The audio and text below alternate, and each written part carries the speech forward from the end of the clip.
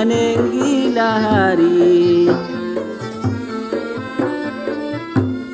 di mana bintang menenggi hari.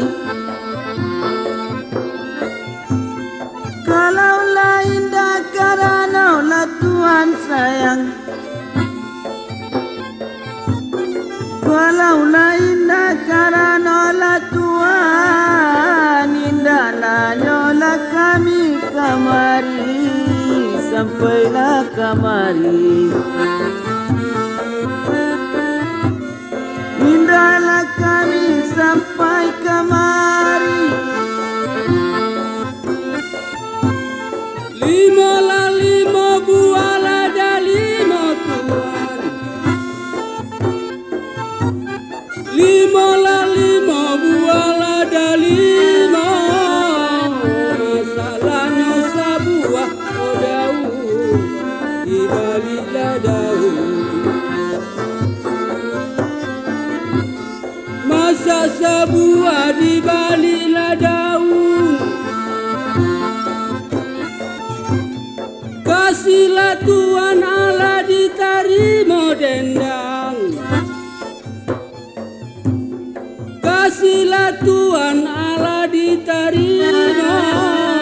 Indahlah nyoka lupa odapun dari bulan tahun.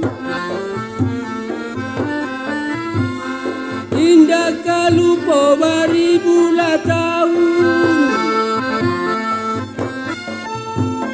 Pisanglah ane baola balai, pisanglah ane baola balai. Masalahnya sebuah peti di dalam peti. Masa sebuah di dalam peti. Utanglah meda pela di bayi,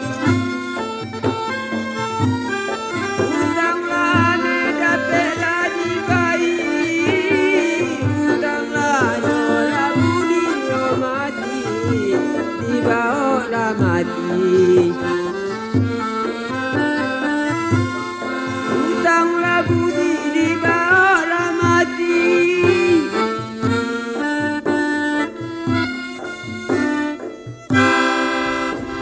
Pemirsa N2S TV, salam dari tim produksi Pesona Budaya.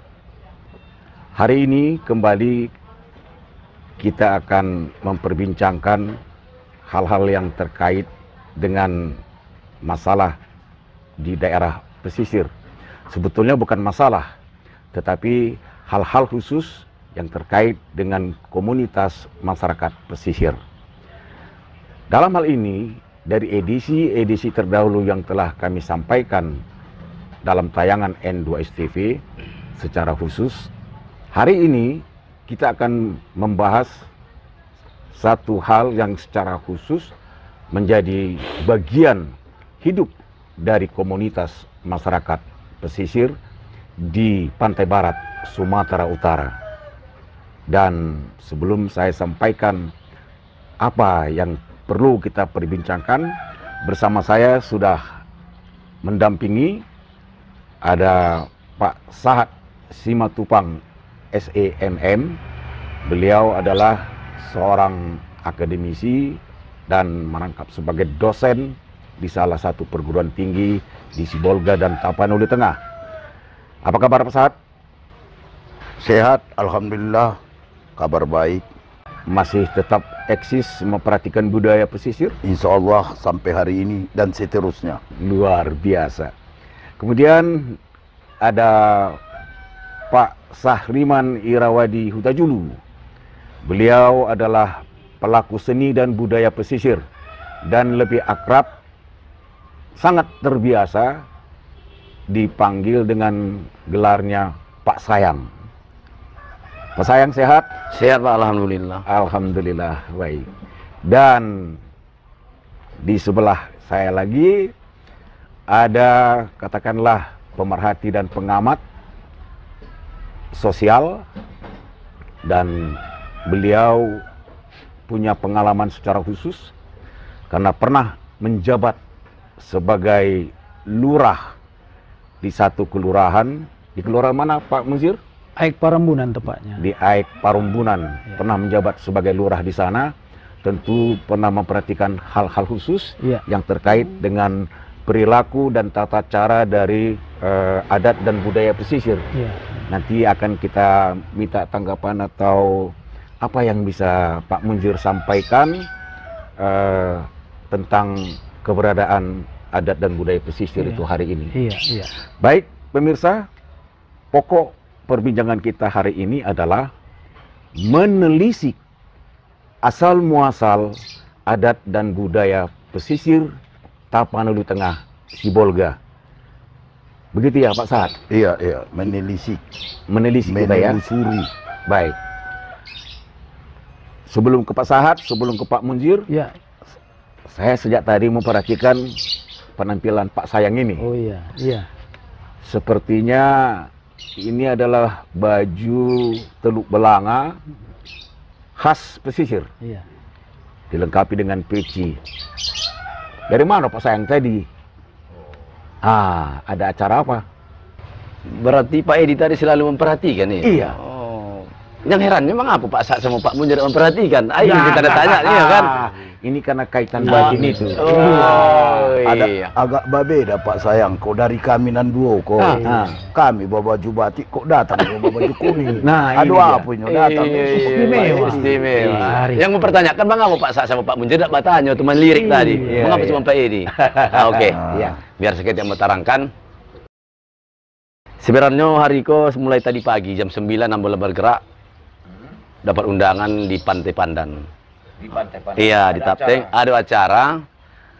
Kalau judulnya kok pada saat itu tadi bertanya Kenduri Lawi. Mau Relawi. Mungkin daerah lain pun mungkin ada, entah Melayu, entah apalah namanya Pak ya kan?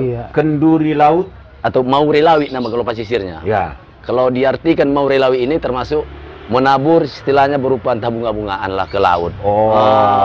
Jadi kenduri laut mengurai laut. Nah, diadakan di pinggir laut di Pantai Pandan. Nah, itu makanya mau pakaian spesial tadi.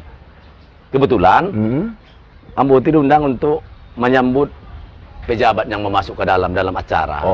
Acara apa itu? Acara kunilok tadi yang disambut pemerintah setempat. Itu ada gelombang 12. Ada gelombang 12 tadi, Pak. Jadi main juga. Kita begendang tadi mengarak. Si Kambang main. Si Kambang main. Si Kambang lah mengarak. Setelah sampai di dalam, lanjut dengan tari randai lagi. Ada randainya, masuk damping lagi. Pemirsa, kalau di daerah lain di Nusantara kita, khususnya di daerah tepi laut atau di daerah pesisir laut, selalu kita dengar ada kegiatan atau budaya kenduri laut. Kalau di pesisir Sibolga dan Tapanuli Tengah disebut maure lawi. Lawi, mengurai laut. Kira-kira seperti itu. Inti makna pokoknya apa kegiatan itu, Pak Sayang? Oke, Pak. Jadi kalau kita perhatikanlah dari semenjak saya dari anak-anak Pak itu udah ada, Pak. Sudah saya saksikan itu. Namun versi namanya itu sebagian orang membilang cuman Kenduri Lawi saja, Kanduri Lawi. Nah, kebetulan sampai sekarang udah ditambah lagi Maure Lawi. Iya. Mungkin maknanya, cara kerjanya mungkin hampir sama. Iya. Jadi Bapak tanya tadi mengenai makna. Jadi sekilas saya sampaikan mengenai maknanya, itu merupakan suatu syukuran itu Pak. Rasa syukur. Karena yang hadir nelayan semua di situ kebanyakan. Syukuran bahwasanya laut itu adalah sebagai mata pencarian masyarakat. Sumber mata pencarian masyarakat. Iya. Dan kemudian di samping untuk sumber dari mata pencariannya, diadakan pun acara tersebut adalah sambil melestarikan laut. Pelestarian. Iya. Maksudnya ekosistem ikan, Iya. jangan ada yang rusak. Makanya segala sesuatu harus dijaga Pak. Iya, Karena dihargai. kalau rusak nanti ekosistem, berarti bibit ikan nggak ada. Nah, di situ satu anunya Pak, tujuannya. Iya. Nah, makanya di situ ditampilkan nanti ada doanya, ada doa, kemudian ada santunan buat anak yatim. Iya. Itu Lalu untuk melestarikan habitat laut itu tadi, apa yang dilakukan ke laut? itu. Kalau dulu, mungkin sekarang mungkin nggak ada lagi Pak ya, karena kalau dulu itu kerbau disembeli, dagingnya dimakan, dibagi-bagi, dimasak, kepalanya dibawa ke tengah laut. Dulu. Jadi ada prinsip yang membilang istilahnya berlawanan dengan agama, karena itu merupakan sudah syirik katanya. Nah, jadi diganti dengan rumpun lah sekarang Pak, ataupun rabo namanya. Itulah ditaruh ke tengah laut, dijatuh ke beberapa titik. Mudah-mudahan disitulah ikan itu bertelur, bersarang, dan berkembang. Jadi sehingga pas nelayan datang untuk menangkap, ikan udah ngumpul di bawah, udah gampang untuk gitu. Itu cara melestarikannya Pak. Iya. Pemirsa, ya mungkin sudah sering kita dengar bahwa kegiatan kenduri laut ini memang dilakukan seperti yang pertama disampaikan oleh Pak Sayang tadi sebagai tanda rasa syukur oleh karena hasil laut yang melimpah selama ini. Kemungkinan kedua karena memang masa paceklik. Ikan itu seperti hilang dari laut. Nah ini kan seperti setengah musibah. Maka dilakukanlah kenduri laut itu untuk kembali melestarikan habitat laut itu. Terima kasih dulu Pak Sayang informasinya. Pak Sahat, tadi Pak Sayang kan menceritakan tentang kegiatan yang baru dilakukan, kenduri laut atau Maure Lawi bagi masyarakat pesisir Sibolga dan Tapanuli Tengah. Bahwa itu adalah bagian dari adat dan tradisi atau budaya masyarakat pesisir. Nah, pokok perbincangan kita adalah menelisik asal mula adat budaya pesisir itu. Menurut apa yang Pak Sahat ketahui, dasarnya, kemudian latar belakangnya keberadaan adat budaya pesisir itu dari mana berkembangnya sehingga sampai ke Sibolga dan Tapanuli Tengah. Baik. Latar belakang dan dari mana asal mula dari budaya dan adat pesisir ini tadi bersumber dari diawali berangkat dari sebuah daerah kecil yang tidak jauh dari Sibolga ini yang namanya Poncan Kete. Itu pulau ya? Iya, pulau Poncan Kete. Dari Pulau Poncan Kete ini sebelumnya ini adalah sebuah kampung sebelum Sibolga ini ada.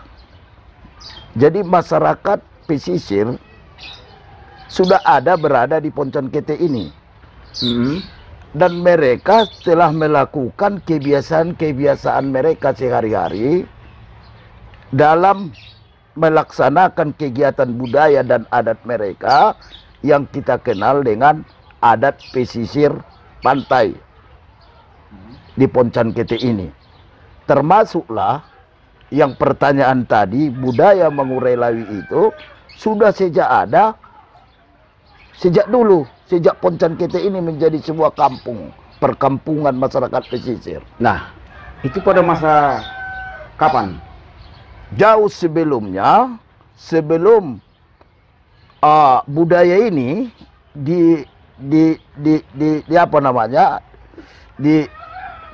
disusun kembali oleh seorang tokoh yang datang ke Poncan Kete ini, sebelumnya sudah ada. masyarakat nelayan itu sudah di Poncan Kete yang namanya Datuk Poncan. Ini jauh sebelum kemerdekaan atau di atas? Jauh, masa Belanda sekitar abad-abad ke-16, 17 sampai 18.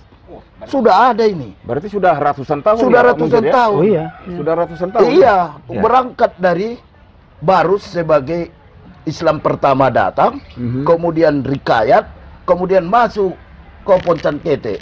Karena masa itu Barus, daerah Barus sudah hancur lebur.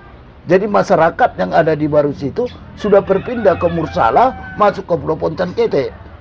Dan mereka inilah komunitas masyarakat pesisir asli itu, yang dipimpin oleh seorang datu. Kalau di daerah dasar tepi Sumatera ini namanya raja atau sultan. Ya. Tapi mereka mengakui memanggil pimpinan masyarakat itu disebut datu. Yang dikuasai namanya Datuk Poncan. Iya. Tapi Pak Sahat, Iya. kalau menurut buku ini mengenal adat dan budaya pesisir Tapanuli Tengah Sibolga ini, Iya. ya kan? Di sini disebutkan, tadi kan Pak Sahat menyebutkan Datu Hitam. Iya. Bahwa Datu Hitam itu kan dibawa oleh Inggris. Inggris dibawa oleh Inggris ke Poncan Kete dari Padang. Oh. Ya, dari Padang karena dia ditugaskan ke Poncan Kete sebagai kepala perwakilan dagang Inggris. Karena sang datu ini adalah seorang pekerja dagang milik Inggris. Beberapa, Ya, dibuka cabang oleh Inggris di Poncan Kete dan si datu ini dipindahkan sebagai kepala perwakilan dagang. Ya. Misinya perwakilan dagang. Kenapa orang Inggris itu memakai dia sebagai kepala perwakilan dagang? Inggris ingin mendekati masyarakat pribumi yang ada di pesisir pantai ini. Caranya, kebetulan datu ini adalah seorang muballigh, penyiar dakwah agama.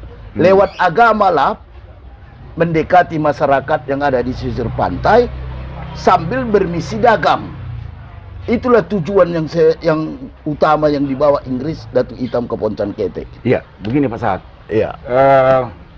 Barangkali dari bahan bacaan yang ada maupun dari literasi lain ya Pak Munzir ya, bahwa ada yang menyebutkan bahwa Datu Hitam itu tadi dibawa oleh Inggris dari Bengkulu ya. Dari Bengkulu, Ya. dari Bengkulu, Pariaman, Padang. Oh. Padang, Poncan Kete. Nah di Pulau Poncan Kete inilah Datu Hitam ini diberi kepercayaan oleh Inggris ya. Iya, sebagai Kuasa. kepala Serikat Dagang Inggris Iya. ya. Ya. kepala perwakilan dagang Inggris di Poncan Kete. Iya. Sejak tahun 1805 dia sudah berada di Poncan Kete. Tahun 1810 oleh masyarakat Poncan Kete didaulatlah dia menjadi Datuk Poncan. Karena Datuk Poncan yang lama yang bernama Sultan Mangaraja Lelo mangkat. Digantikanlah posisinya oleh Datuk Poncan ini. Datuk Hitam. Yang bernama Abdul Muthalib nama aslinya. Ya. Sampai di Poncan dipanggil oleh masyarakat sekitar itu dengan panggilan Datuk Hitam. Ya. Karena orangnya hitam. Oh, sampai di situ dulu. Saat. Gitu. Pak Munzir, Iya. sebagai pengamat sosial, Iya. ini kan terjadi perkembangan dan perubahan-perubahan. Nah, dari kajian sosial, kondisi itu pergantian gelar Datuk tadi itu apa yang Pak Munzir bisa sampaikan? Karena kan beliau sebetulnya diakui oleh masyarakat atau karena diangkat oleh Inggris itu? Iya. Baik, kalau dinamika sosial ini yang terjadi, awal mulanya tadi kan pemberian gelar itu sudah ada sebelum Datuk Hitam pun tiba di tanah Tapanuli atau tanah pesisir, karena sudah ada sebelumnya Datuk Poncan, asli pribumi.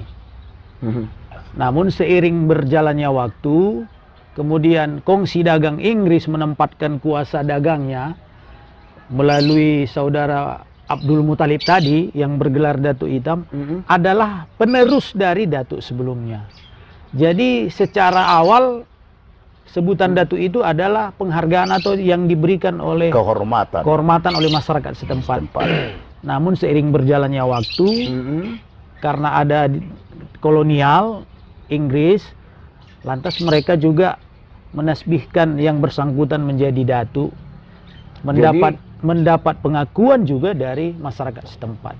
Ya, jadi pengakuan itu sesungguhnya oleh masyarakat di setempat di Pulau Poncan itu ya, dan diperkuat oleh Inggris. Iya, dukungan Ya Inggris. tentu orang Inggris kan senang dia. Kepala perwakilannya didaulat oleh masyarakat pribumi menggantikan datuk yang sudah meninggal, Datuk Poncan. Nah, kepentingan Inggris di sini untuk melunakkan hati masyarakat, merangkul untuk mendapatkan bahan rempah-rempah, mempermudah urusan bisnis dagang Inggris dengan masyarakat pribumi. Baik, ada pertanyaan tapi nanti dijawab. Menurut katakanlah menurut tinjauan Pak Sahat atau dari yang bahan bacaan yang sudah direferensikan apa namanya, bahwa Datuk Hitam itu di Pulau Poncan itu yang diakui oleh masyarakat itu, apakah juga sebagai sosok yang memulai adat budaya pesisir itu? Tapi nanti dijawab. Pemirsa, kita akan mendengar lebih lanjut asal muasal adat budaya pesisir, apa dasarnya dan dari mana awalnya. Kami akan kembali datang Pesona Budaya.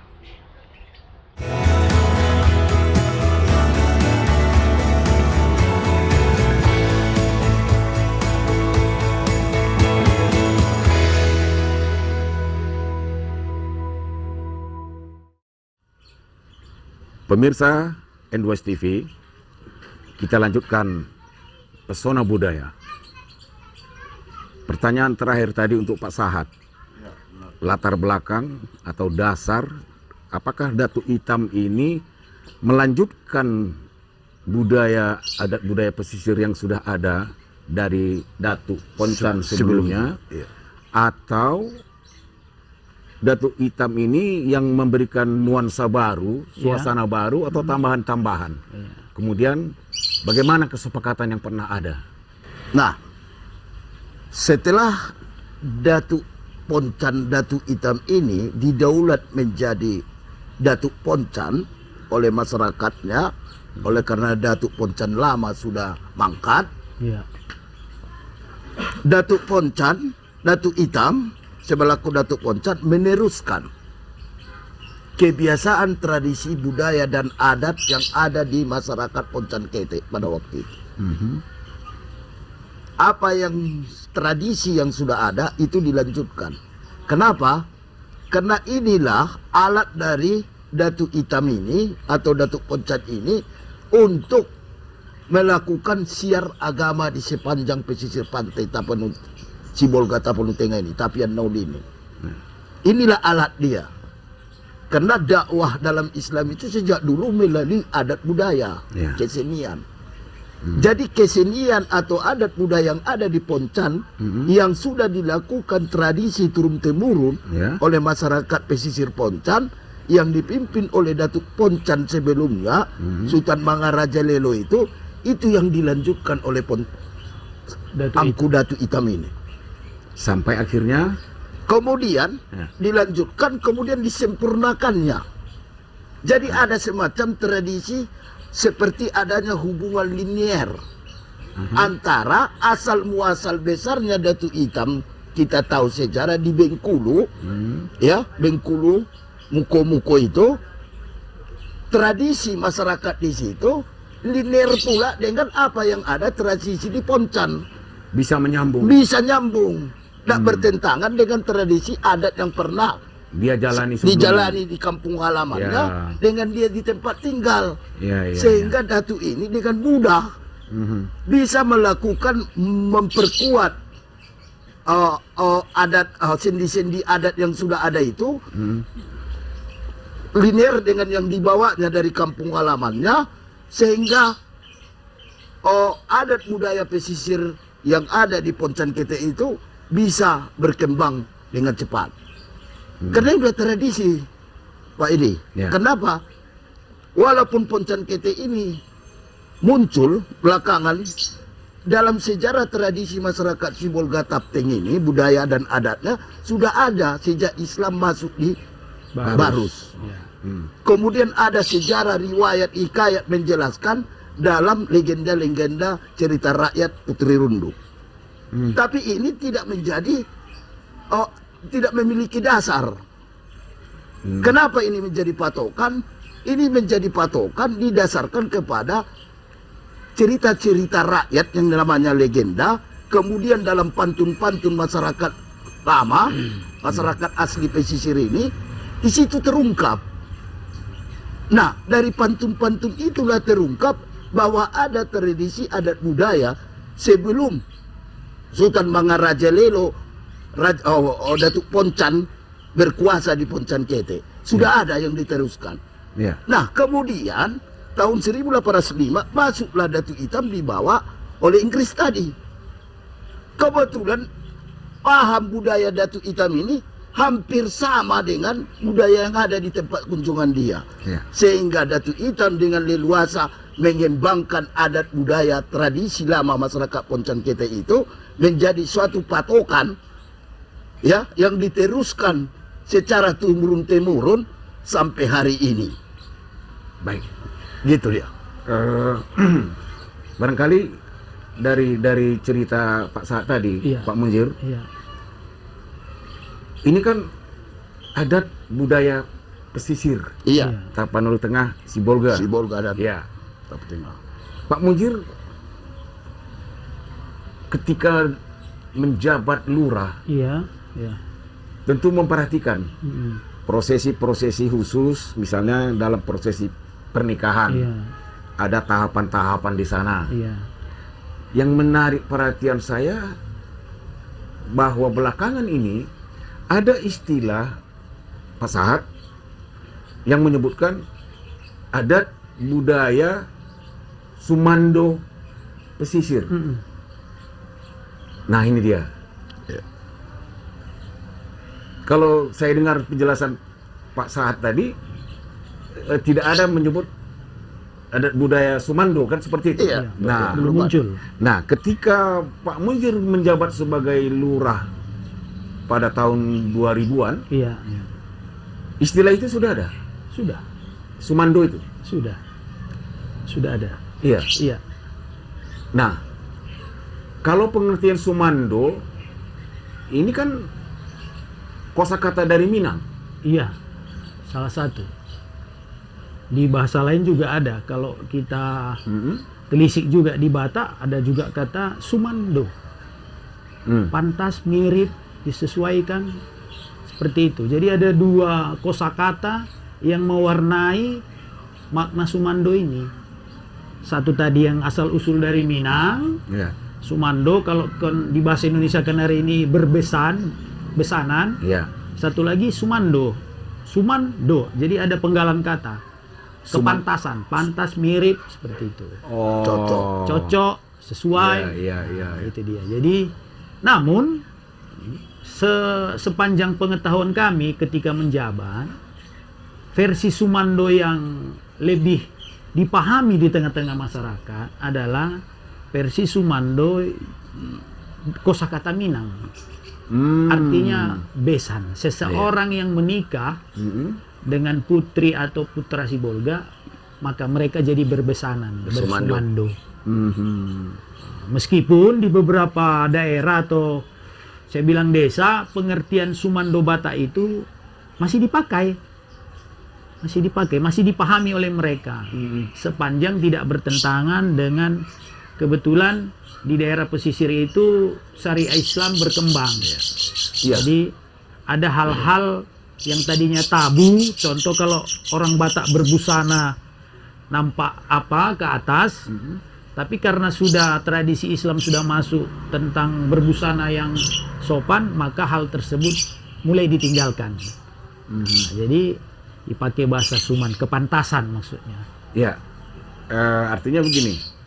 Nanti Pak Sahat bisa menambahkan bahwa belakangan ada istilah adat budaya Sumando pesisir seperti itu. Iya.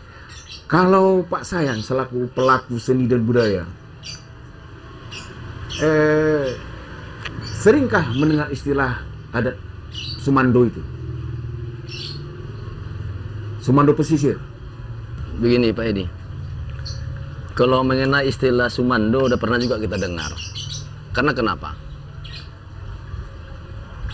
Dalam waktu istilahnya acara pertunanganan, contohnya kita dari pesisir Sibolga mengambil boru ke arah Tapanuli Selatan, ya.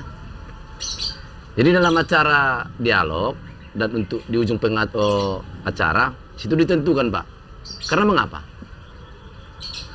Kita dari pesisir meminta adat Sumando saja lah. Karena mengapa? Kalau adat Sumando dia nggak ada cara memberi ulus lagi. Nah, catatannya begini. Kalau kita pakai acara tapsel itu marere lagi yang macam segala macam, banyak repot. Jadi kalau kita minta acara Sumando Sibolga itu agak ya Pak. Praktis. Ya. Udah saya dengar itu Pak. Langsung saya itu pelakunya langsung ke sana. Sehingga dipakai oleh Sumando. Pas acara akad nikah Pak Sahat, nggak ada menortor lagi, nggak ada ulus-ulus, nggak ada yang lain persyaratan. Datang akad nikah, selesai. Jadilah berbisan. Simple. Situ Pak.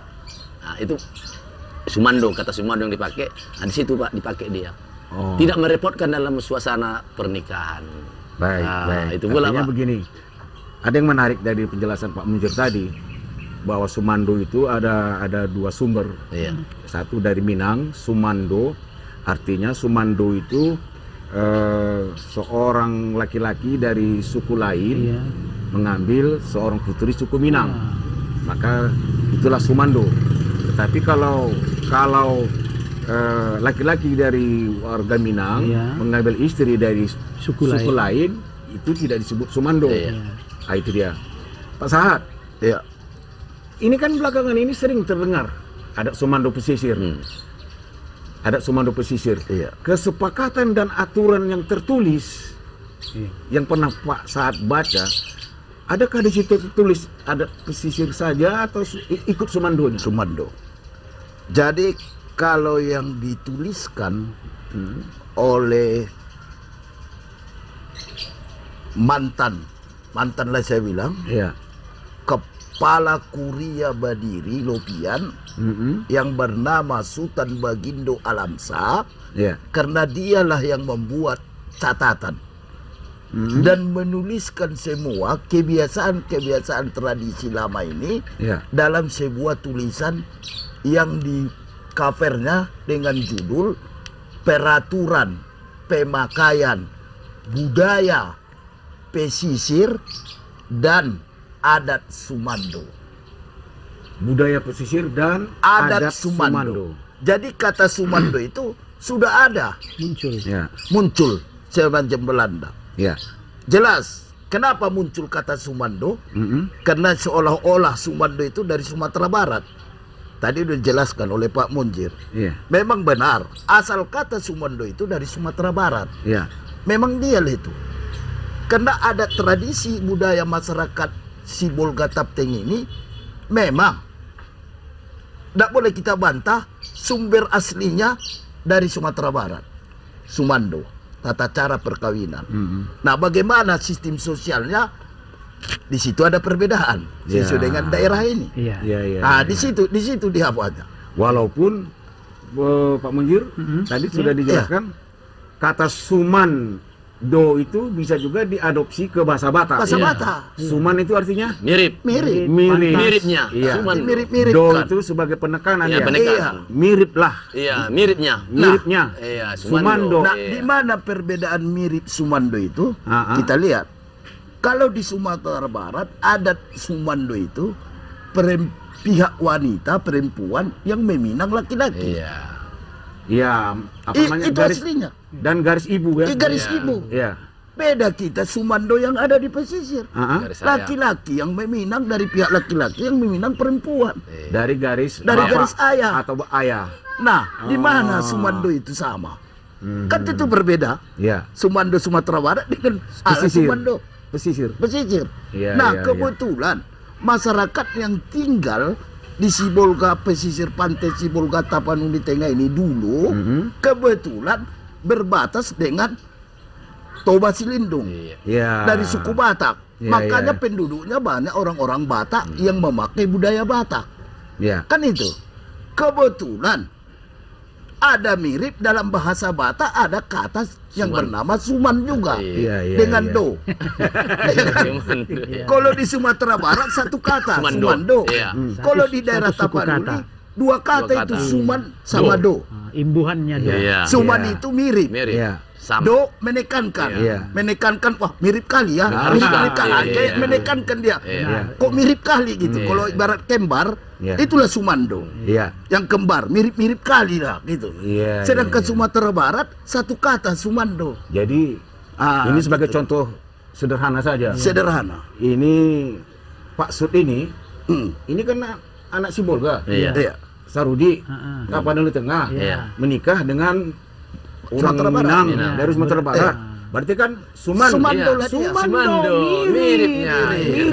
Mirip ini tidak beresnya. Itu dia. Mirip ini. Iya. Pemirsa, akan kita sambung kembali perbincangan tentang adat budaya pesisir Sumando. Pesona budaya.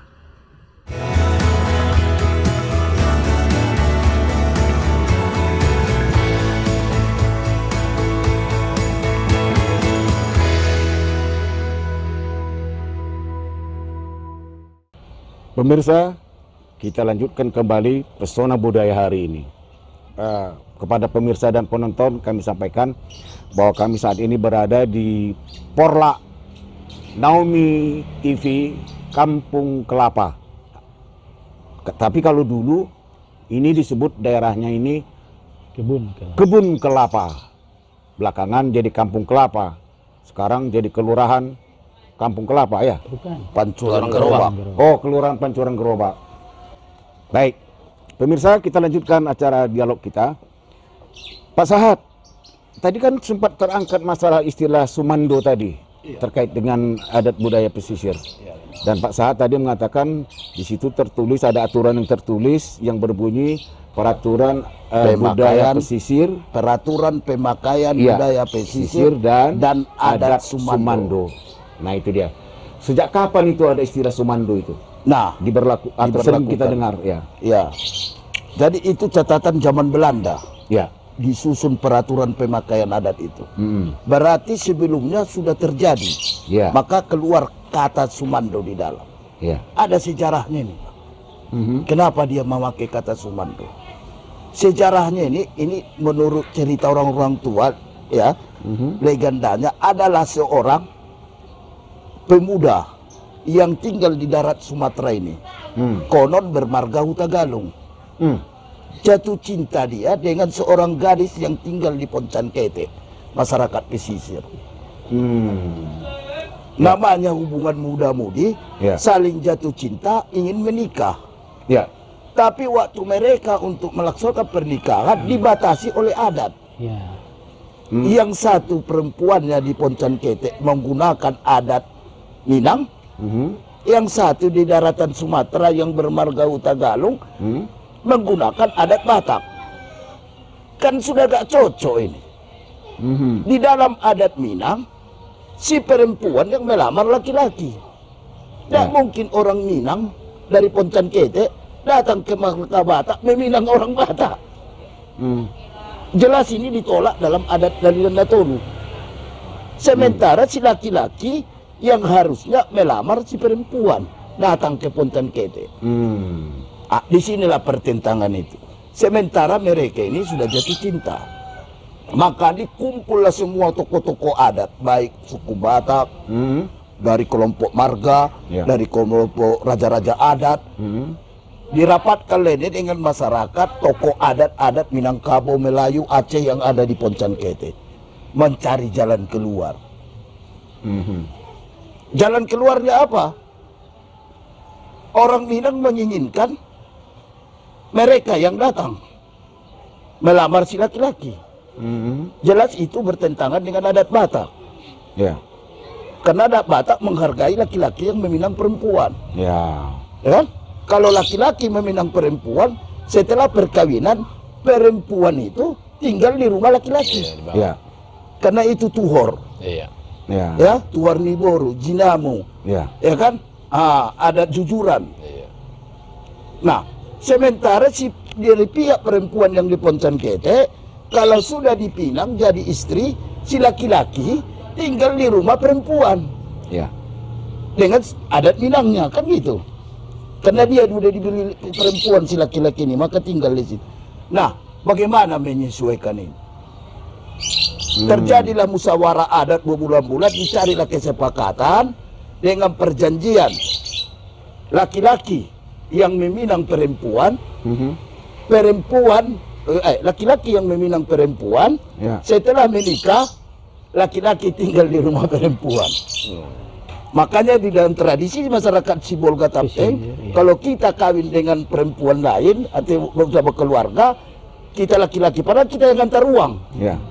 Tapi kita sudah menikah kan di rumah perempuan ya kita, istri kita. Berapa lama? Bukan di rumah ayah kita. Iya. Untuk sementara waktu. Sementara Ya. waktu Iya, sebelum menjahit kita Iya, pindah rumah iya, punya anak. Iya. Kan itu udah adat Minang itu. Iya. Tapi pelaksanaannya adat Batak. Hmm. Nah, itulah kesepakatan tokoh-tokoh masyarakat dengan berpikir yang jernih, tanpa pertengkaran. Maka disinilah lahir adat yang orang Batak bilang, tidak cocok, tapi di Pasuman-Suman lah. Iya. Oh. Muncullah Sumando itu. Sementara orang Minang yang di Poncan Kete menerima adat itu. Iya, Sumando iya. juga. Jadi dengan batasan yang jelas, Iya. tadi sobat sudah kita bicarakan juga, artinya dengan prosesi pernikahan itu Iya. memakai garis ayah. Ayah jadinya. Iya. Garis ayah. Kan Padahal begitu? tinggal di rumah pihak perempuan. Iya. Kan aneh. Biasanya sampai lahir anak pertama. Iya, Ya, baru pindah dia. Baru mereka diizinkan pindah. Iya, di Minang juga sih sudah lahir anak pertama. Anehnya harusnya kalau tinggal si laki-laki sudah sah jadi suaminya, tinggal di rumah si perempuan, harusnya kan bermarga dari ibunya itu. Iya. Tapi aneh jadi bermarga dari ayahnya. Iya. Kenapa? Karena ayahnya yang membayar mahar. Mhm. Jadi disinilah orang masyarakat yang ada di tepi pantai Sibolga yang pada umumnya tinggal orang-orang suku Batak, maka keluarlah kalimat dalam suku Batak. Memang itu bahasanya Suman. Mirip. Cocoknya kau Sama, lihat. iya, Suman. Atau lah. Kita Sumando. pasukan Suman lah. Kita Sumando. cocok-cocokkan lah. Sumando. Cocok pasukan Itu? Sumando. Lepaskan. Sumando Iya. di Pasoma. Miripnya. Itulah kesepakatan adat Iya. itu. Makanya Sibolga Tapteng ini sampai sekarang walaupun berbeda suku agama, rukun hidupnya. Iya. Iya. Tidak ada percecokan, tidak ada pertentangan suku di sini. Iya. Karena apa?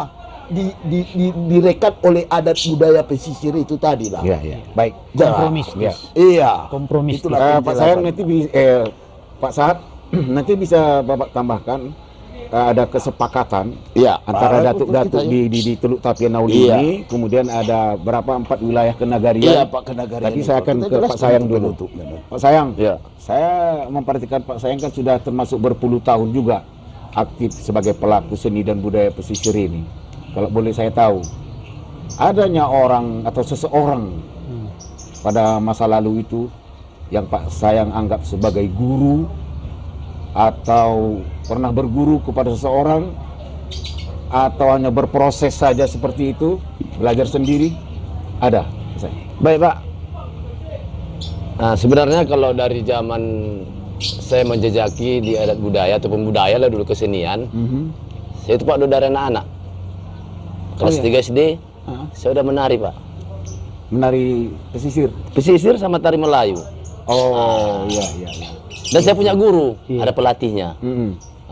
Sebutkan saja Pak, siapa iya. pada masa itu. Jadi pada masa itu kalau untuk tari Mainang Pulau Kampai, tari Melayu, itu udah almarhum itu Pak Tajudin Nur. Itu Tajudin guru saya itu Nur, Pak, ya. tahun 78 79 Iya, itu. iya, Kalau nggak salah saya. Saya tahu. SD. Ya. Ini itu datang spesial disuruh Pedanka. Itu PDK Pak dulu. Iya, PDK, dari kemudian iya. PDK. Ke sekolah-sekolah termasuk ke Hajoran tempat saya sekolah. Kami dilatih. Kemudian untuk tari sapu tangan ataupun tari sikambangnya, saya dilatih oleh marga Siregar, Pak almarhum juga Ali Ahmad Siregar. Nah, tapi nggak sebatas itu Pak. Iya. Nah, itu cuma tarian. Nah, saya geluti Pak dari anak SD. Lomba udah sering saya jalani sampai ke Medan. Iya. Kita perwakilan dari Tapteng selalu Pak. Iya. Selalu, asal main di Tapteng Festival, tetap kita yang juara. Kita utusan ke Medan. Bangga banget Pak Saat kok ke Medan dah. Naik makmur iko. Barang kayak jam sekian. Subuh lah jago awak. Iya, iya. Kumpul baju. Berangkat dari sekolah. Iya. Medan Fire. Bukan apa ada. Utusan. Iya. Utusan kabupaten. Dia pindah cerita. Bertambah umur. Terbuka sini gelombang 12. Pencak silat gelombang. Saya juga punya guru Pak Edi. Iya. Udah almarhum juga memang. Itu saya geluti. Berkisar kelas 6 SD. Ya udah saya geluti gelombang. Itu ada guru saya yang bernama, memang dia Hasibuannya Pak, tapi Raja Wacce namanya. Dia ada satu-satunya di Hajoran itu pelatih gelombang 12. Iya. Baik Pak Sayang. Dari sekian lama berkecimpunglah pelaku seni dan budaya pesisir itu tadi. Apa yang Pak Sayang perhatikan ya dari kondisi tahun 70-an, 80-an, 90-an, 2000-an dan seterusnya sampai hari ini? Apa yang Pak Sayang perhatikan, misalnya ada perubahan atau pertambahan? Kalau menurut dari hemat pengalaman saya jalani Pak, itu banyak kemunduran. Kemunduran? Iya. Makanya saya bilang banyak kemunduran Pak Sahat. Dulu semasa saya menari, itu setiap daerah ada si kambangnya Pak. Contoh, si Tardas ada si kambangnya. Jago-jago apalagi. Iya. Lopian, Hajoran gabung sama Maranibung. Kalangan ada. Pandan Kalangan gabung sama Pandan. Sibuan kosong, Sarudi kosong, apalagi Aik Habil. Iya. Aik Habil, Aik Manis, Basisnya ya. Basisnya, Sambas, Pencurang Karo, Pak Kota Waringin, bahkan sampai ke Pergadungan Pak. Masa saya penari, eksis si kambang itu Pak. Iya. Saya pun nggak ngerti kenapa begitu antusiasnya itu masyarakat, anak-anak pun mau dilatih jadi penari. Pada masa Rame itu? Pak, pada masa itu Pak, listing saya itu. Termasuklah Ibu Siti Jubair kalau kenal Bapak, kepala CP1, nah, itu listing saya itu Pak menari. Nah, orang itu di kota, mereka latihan di Manis. Nah, entah siapa nama gurunya itu, kurang tahu saya itu. Kami dari Hajoran.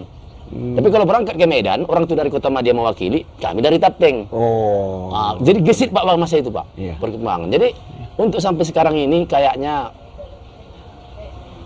jauh udah berkurang. meniti kayu batang tarandam nih Pak. Ada pantunnya itu Pak. Dititi batang kayu tarandam. Ambil ketungke batang sitawa. Bulan sakit matuari damam. Kamano bintang minta tawa. Ada sedih itu Pak. Bayangkan Bapak, bulan sakit matuari damam.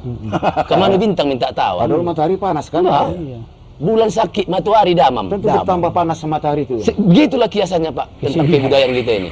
Memprihatin. Prihatin kan? Dari zaman dahulu. Secilai batunya Pak, dapat di babak kemasannya. Iya.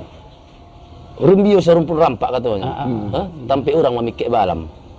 Adat namikin kok Pak Saat hilang nampak. Ibarat biduk balai malam katanya. Bayangkan Bapak Edi lebih biduk balai malam hilang nampak tuanya. Tanpa pelita, tanpa sudu. Buluk-buluk lonong. Itu pikir itu Pak. Inilah perumpamaan perasaan itu ya, melalui syair kata pantun ya. Pak Munzir, dari apa yang disampaikan oleh Pak Sayang tadi, apa yang terasa pergeseran sosial itu? Apakah masyarakatnya memang tidak berminat, generasi mudanya tidak berminat? Apakah para orang tuanya yang sulit memberikan ilmu, atau ada hal lain? Dari sisi sosialnya itu apa? Baik, kalau dari kacamata kami selama ini pernah berkecimpung di tengah masyarakat, yang pertama ini memang tidak bisa kita nafikan arus dari luar. Kedatangan suku-suku, budaya-budaya baru, yang notabene jelas mempengaruhi adat budaya yang sudah ada tadinya di negeri ini. Otomatis perubahan itu, bila tidak kita bentengi dari awal dasar kita, pondasi, maka kita akan tergerus ini Pak Edi. Jadi bagaimana antisipasinya atau memperbaiki yang sudah terlanjur terlupakan ini? Maka di sini yang pertama peran dari kita masyarakat pesisir ini sendiri untuk senantiasa menggalakkan, melestarikan.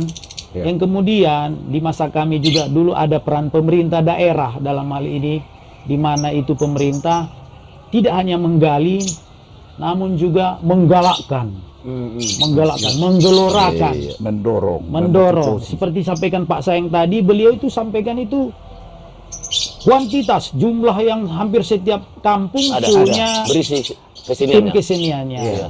Hari ini mungkin dalam beberapa tempat bahkan sama sekali tidak ada lagi. Sudah, kita tidak bilang punah, tapi hilang sementara. Jadi kalau kacamata kami menilai ini, marilah kebersamaan dari masyarakat, pelakunya, termasuk pemerintah setempat, agar ini tetap lestari. Jadi ada nilai sosial yang tergerus ya Pak Sayang. Banyak ada yang tergerus. Itu tadi permasalahannya mungkin ya kesinambungan itu ya.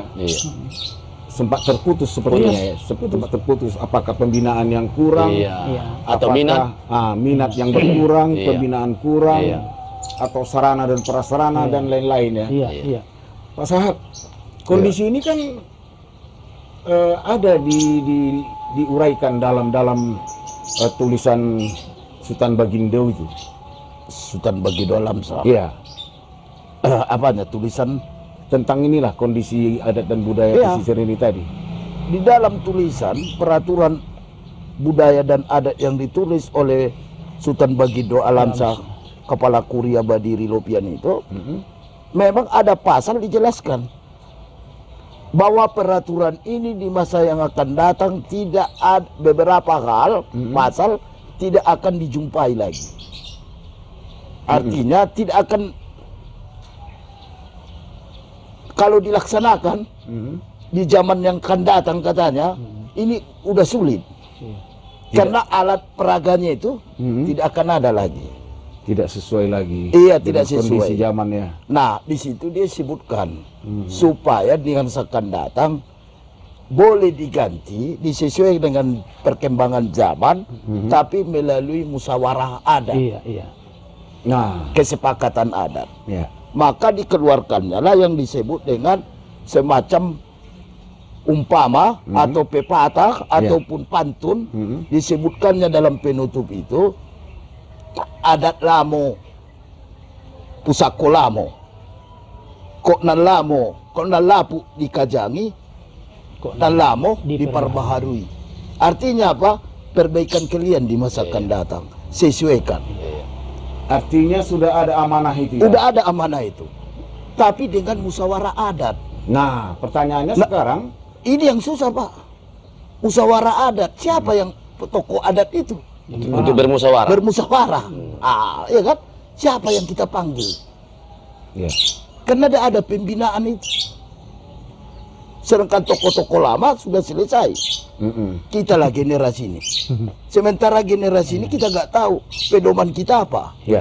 Jadi disinilah Pak Edi peranan pemerintah daerah untuk menjembatan ini. Hanya satu, sebagai kita tokoh masyarakat Sibolga Tapteng ini, satu, kalau masyarakat ini yang kita tunggu, saya pikir semua melihat situasi.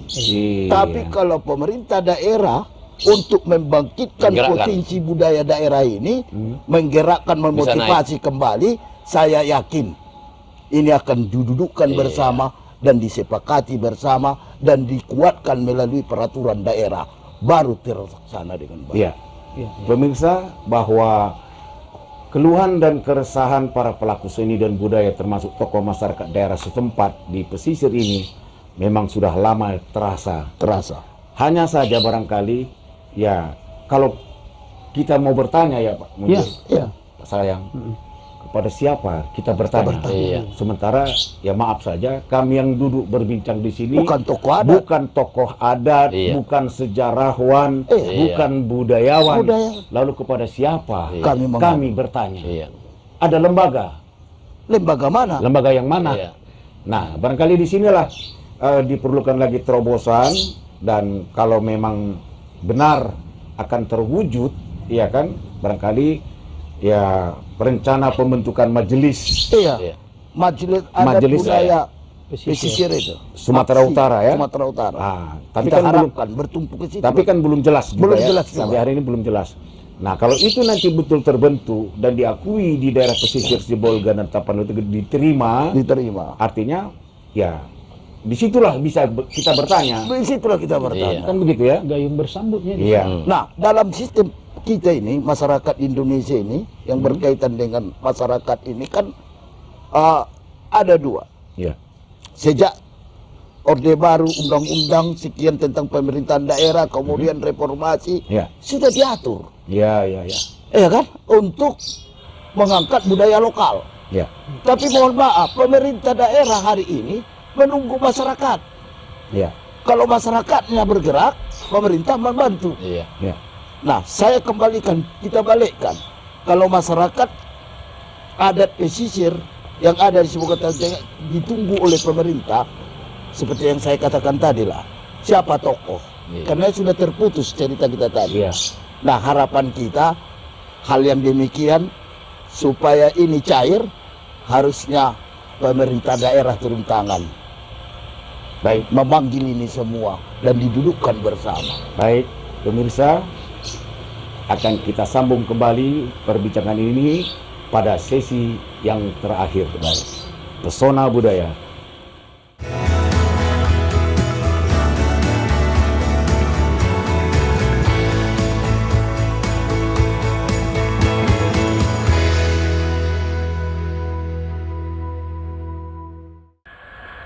Pemirsa Pesona Budaya N2 TV, sampailah kita pada sesi terakhir hari ini dan kepada Pak Sahat.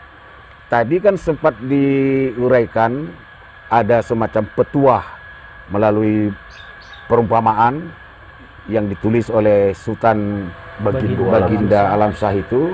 Ya, kalau saya tidak salah ingat juga karena saya pernah membaca itu, yang disebutkan adat pusako lamo nan lamo dipaharui, nan lapu dikajangi.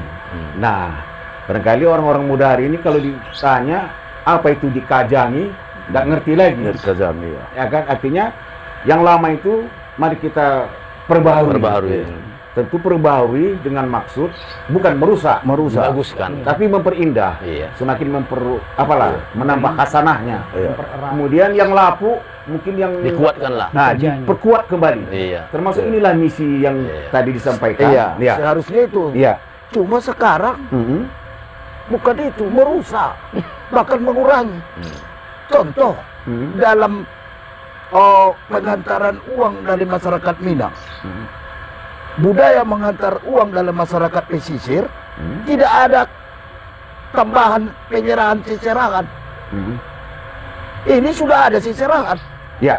Ini kan sudah berubah, Baik. bukan memperbaiki. Ya, jadi ini merupakan tanggung jawab kita itu. tantangan Tantangan perubahan. yang ke depan. Nanti akan kita lanjutkan dalam sesi yang supaya catatan paket kita kedua. itu maksud saya Pak itu. Saya ingin kembali kepada Pak Sahat. Saya ingin kembali kepada Pak Sahat tentang aturan dan peraturan itu tadi. Iya. Tadi ada Pak Sahat sebut ada 4 kenagarian sebagai cikal bakal asal mula diberlakukannya adat budaya pesisir ini. Yang mana-mana itu yang 4 itu? Nah, pemakaian budaya pesisir dan adat Sumando di Sibolga Tapur Tengah ini hanya berlaku di 4 kenegarian yang melaksanakannya secara murni sesuai dengan budaya dan adat pesisir yang ada di Poncan Ketek selama ini. Iya. Pemberlakuan adat budaya pesisir Sumando itu dilaksanakan di 4 kenegarian yang murni, persis yang dibawa masyarakat Poncan Ketek ke daratan Sibolga ini. Yang mana 4 kenagarian? Kenegarian pertama, kenegarian Badiri Lopian, kemudian kenegarian Kalangan, kemudian kenegarian Sibolga, kemudian kenegarian Tapian Nauli. Maka di 4 kenegarian ini istilah pimpinan raja di 4 kenegarian berbeda-beda, Pak Edi. Iya. Contoh, di Tapian Nauli raja disebut Sultan. Tapian Nauli. Iya, Poriaha. Iya. Kalau disebut bergelar Sultan, raja lah itu, manggil Iya. raja. Iya. Di Tapian Nauli, raja di Tapian Nauli, Sultan di Tapian Nauli, Rajo di Sibolga. Raja Sibolga Iya itu. kan? Datu Lelo di Kalangan, Sultan Bagomba Di Badiri. Badiri. Oh, itulah gelar yang khas. Anak Bagombak di Badiri. Apa Iya. maksud anak Bagombak? Anak kesayangan menurut literatur. Oh. Rupanya Kuria Badiri inilah kesayangan masyarakat yang ada di sisir pantai. Kenapa kesayangan? Orangnya pintar, tambatan Belanda. Iya. Ya, kerja di pengadilan negeri Belanda, pengadilan negeri sekarang. Paham dengan masalah hukum adat, Ya. ya kan? Dia membahas, meneliti masalah adat masyarakat pesisir. Ya. Maka lahirlah buku itu. Ya, Dan ya. ini tokoh besar. Maka semua raja-raja suka melihat Sultan Bagindo apa ini? Alamsa. Alamsa ini, orangnya pintar Iya, iya. dan tambatan Belanda. Nah, 4 kenegarian inilah memakai. Walaupun isi peraturan adat itu yang disusun Sultan Bagindo didasarkan kepada pendapat 12 kepala kuria yang ada di Sibolga Tapteng ini. Jadi Sultan Bagindo tidak sendirian dia membuat ini, Pak. Tak pandai-pandai dia, minta pendapat dia ke seluruh Kuria. kepala kuria yang ada di Sibolga Tapteng ini. 12 kuria. Hasil pendapat sampai ke Sorkam, sampai ke Barus. Barus Ilir, Barus Mudi, Sorkam kanan, Sorkam kiri, Ya. si Tapian Dauli, Kolang, ya kan?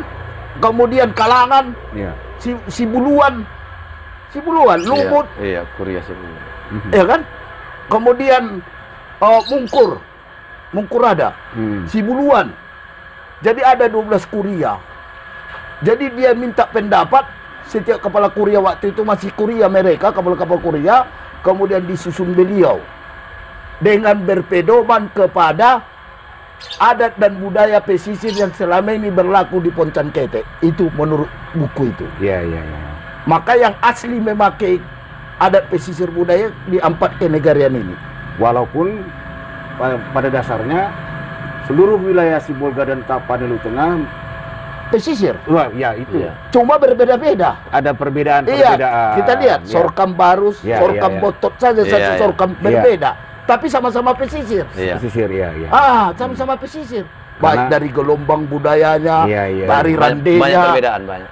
yang sama hanya 4 kenegarian Iya. ini. Tidak Iya, ada. iya. Kalau Baik. Sorkam saja satu wilayah beda-beda. Beda juga, Apa-apa lagi baru sampai ke sana. Iya, Beda. iya. Tapi apanya pohonnya tetap pesisir. Iya. Rantingnya berbeda. Iya. Baik, Pak Sahat. Itulah sejarahnya, Pak. Iya. Baik, Pak Sahat. Adat pesisir kita ini. Pada bagian sesi terakhir ini, Pak Sayang, Ya. kalau ada harapan Pak Sayang untuk pelestarian adat istiadat dan budaya pesisir ini selaku pelaku seni dan budaya, apa yang Pak Sayang sampaikan? Baik, Pak Edi. Memang ini sudah suatu PR sama saya ini, Pak. Sudah lama saya idam-idamkan untuk pelestarian budaya. Mana tadi saya kutip dari Pak Sahat, ini pemerintah setempat tidak luput tinggal ini, Pak. Oh ya. Iya, karena kalau bergerak dari pemerintah setempat, ke bawah itu udah ngikut. Contohnya begini, Pak. Ya. Kita mengambil untuk yang simpel aja dulu. Hubungan prasmanan telah menjamur, Iya. menghidang dalam rumah Pak, menjenda ada lagi. Makan Di situ berhidang. makan berhidang karena Pak Saat tidak ada janang lain, Nggak ada tidak ada penghidang. Janang ini laki-laki Pak, penghidang pelayan. Iya, iya. Itu disiplin dia Pak, dilatih. Itulah salah satu Adabnya. Adab ada. Iya. dampaknya ya. Iya. Salah Nah, satu. jadi ya. ini sudah terkikis, bahkan mau hilang nih Pak. Ya. Karena saya sering tampil di acara bertunangan dan akad nikah, Udah hilang. selalu janang ini Pak, jadi marlea jadinya. Diremehkan. Jangan malah janang hitam dah. Nggak ada lepas yang janang merah lah. Bisa ke Singapura katanya. Nama ikan Pak janang ini, jadi samakan ke situ. Iya. Kalau janang merah mahal, warnanya merah. Udah dikirim Kalau ke janang Singapura. hitam dia. Paling 20.000 Pak 1 kilo. Aku tahu lah semua ini. Ditamsilkan Jadi ke situ. tamsilan ke situ. Jadi Tamsilan maksudnya ke begini situ. Pak, sebagai harapan saya selaku Iya. pelaku, Iya. kalau boleh pemerintah setempat istilahnya memperhatikan ataupun ikut bergerak ke bawah untuk melestarikan bahkan membangun. Nah, ini bukan melestarikan aja Pak. Iyalah. Ya Pak Saat, membangun. Bangun. Contohnya apa? Pelatihan janang. Kalau boleh setiap kelurahan ada janang. Iya. Wah, itu. Dan saya pikir tidak salahnya juga kalau ada pelatihan induk inang kan? Iyalah sama. Pelan-pelan janang, dulu Pak. Induk inang. Iya. Janang, induk inang. Dikembalikan apa Iya. itu Iya. kepada porsinya. Iya. Iya. Peran- Berisi semua. Peran-peran itu ada. Disponsori, diperankan oleh pemerintah Iya. daerah. Iya, Kalau iya, kita iya. masyarakat ini Nggak ada tenaga, Pak. patuh. Angan-angan. Bahkan saya berangan-angan selama ini. Iya, iya. Jadi program saya Pak Edi, kalaupun cocok sama kita Pak Galung, Pak Sahat, Iya. untuk Janang lah dulu. Kita 17 kelurahan. Ya. Taruhlah Sibolga Utara nanti jarang makan baidang itu Pak. Karena banyak orang anus itu. Iya, Istilahnya lain makanan hidangannya. iya. Kita bikin aja dari 17, tinggal 13. 13 kelurahan dia yang memakai Janang. Iya. 2 orang satu kelurahan Pak ditugaskan Janang ini pakai SK.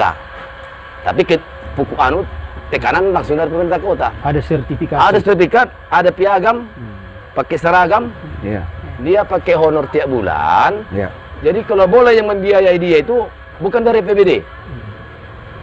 Lurah dilibatkan. Wah. Kita buat saja Pak Sahat.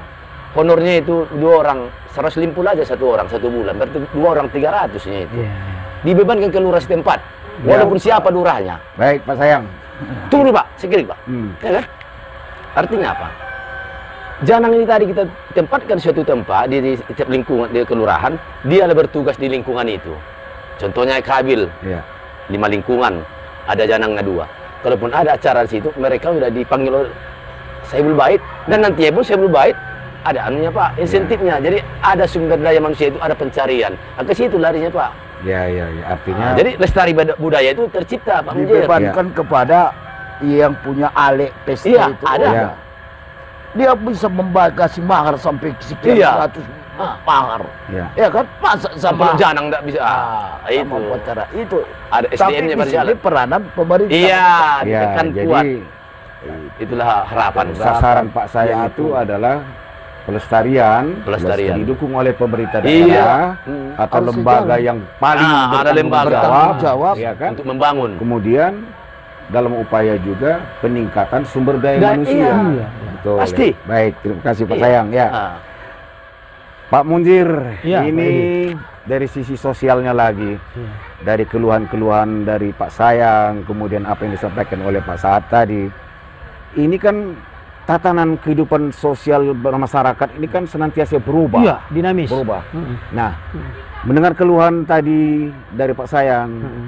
paparan dari Pak Sahat, apa kira-kira ya semacam tinjauan ke depan yang Ya. bisa dilakukan terkait dengan keberadaan sosial masyarakat berinteraksi ini? Baik, Ya. Pak Edi. Yang jelas ini penguatan dari dalam dulu.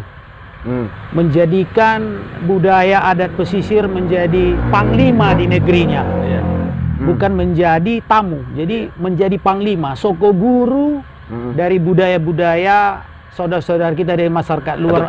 Peran utama lah dia, Iya, peran peran utama. utama. Iya. Apakah suku Batubara, Aceh, Iya. Melayu, mereka ini adalah hasanah memperkaya soko guru yang telah ada di kota Sibolga. Itu yang pertama, Iya. memperkuat dari dalam dulu. Artinya interaksi sosialnya jalan. Iya, Ya.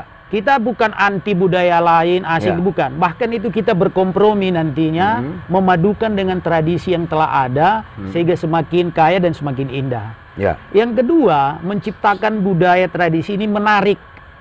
Tidak hanya di kalangan tua, tapi generasi muda kita ajak dulu berdialog. Seperti apa harapan mereka atau masukan, sehingga adat ini bukan monopoli hanya dinikmati oleh orang-orang dahulu. Kita tidak hidup di zaman dahulu, Ya. kita hidup di zaman ini dan untuk masa depan.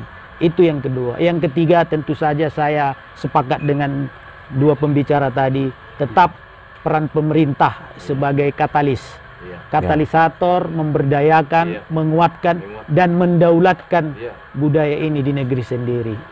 Itu kira-kira Pak Edi. Baik, Pak Munjir, Pak Sahat, Pak Sayang, kita sudah sampai di ujung dialog kita hari ini, dan materi-materi lain yang sempat tergantung kita bicarakan atau yang belum kita angkat, ya mudah-mudahan akan kita produksi Ya, pada kupas. edisi-edisi yang akan datang. Iya. Pemirsa N2 TV, sampai di sini perbincangan kami hari ini tentang menelisik ya asal muasal adat budaya pesisir Sibolga Tapanuli Tengah yang terkait dengan akhirnya adat budaya budaya pesisir dan adat Sumando di Sibolga dan Tapanuli Tengah. Karena keberadaan adat budaya pesisir Sumando ini hanya ada di 2 daerah yaitu Tapanuli Tengah dan Sibolga di pantai barat Sumatera Utara.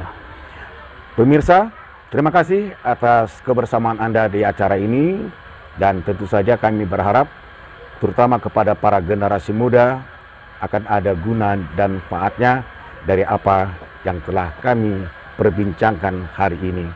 Sekali lagi, kami dari N2S TV mempunyai atau mengemban misi kerja mempublikasikan, memperkenalkan, dan mengingatkan kembali. Mungkin diantaranya salah satu itulah yang kami sampaikan kepada pemirsa dimanapun berada, baik di kampung halaman maupun di perantauan. Terima kasih Pak Sahat atas waktu dan kesempatannya. Pak Muzir, Ya, Pak Edi. Pak Sayang dan pemirsa, kami mohon izin. Sampai jumpa lagi di acara Pesona Budaya N2S TV. Oh, sana.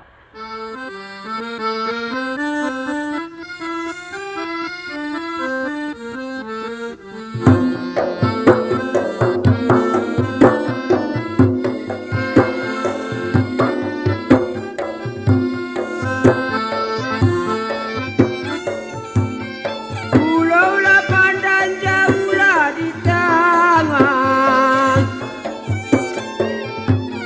Pulau Lapan dan jauhlah di tangan. Di barisannya pulau dua, siang sholat dua. Di balik pulau siang sholat dua. Hancurlah badan dikandunglah tanah.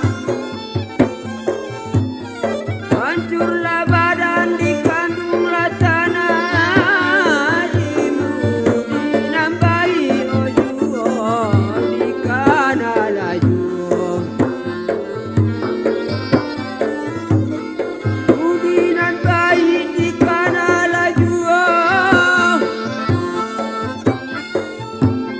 Kalaulah indah karenaulah bulan sayang.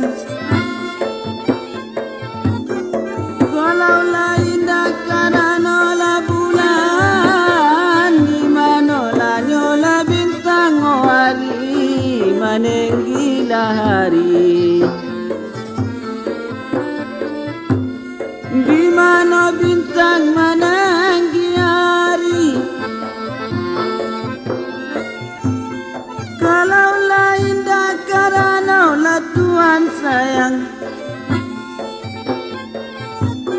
Kalaulah indah karenaulah Tuhan, indahlah nyola kami kamari, sampailah kamari.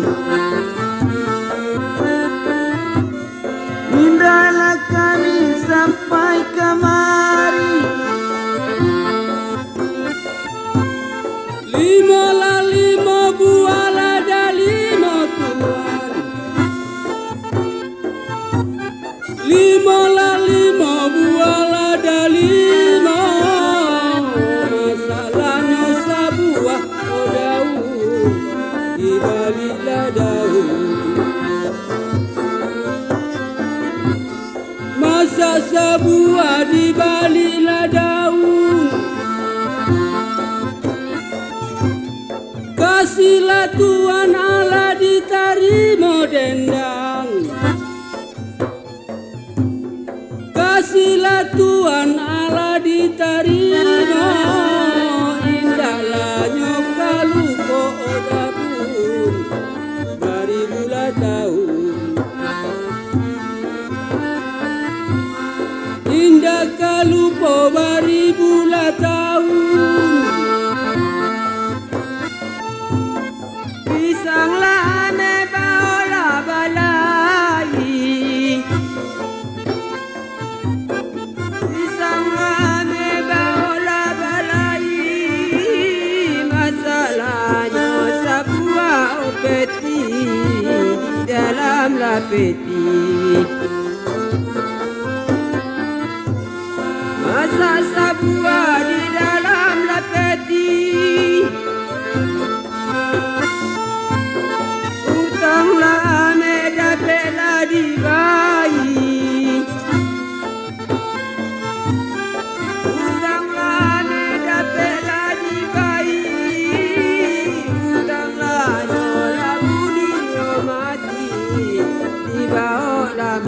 Lawi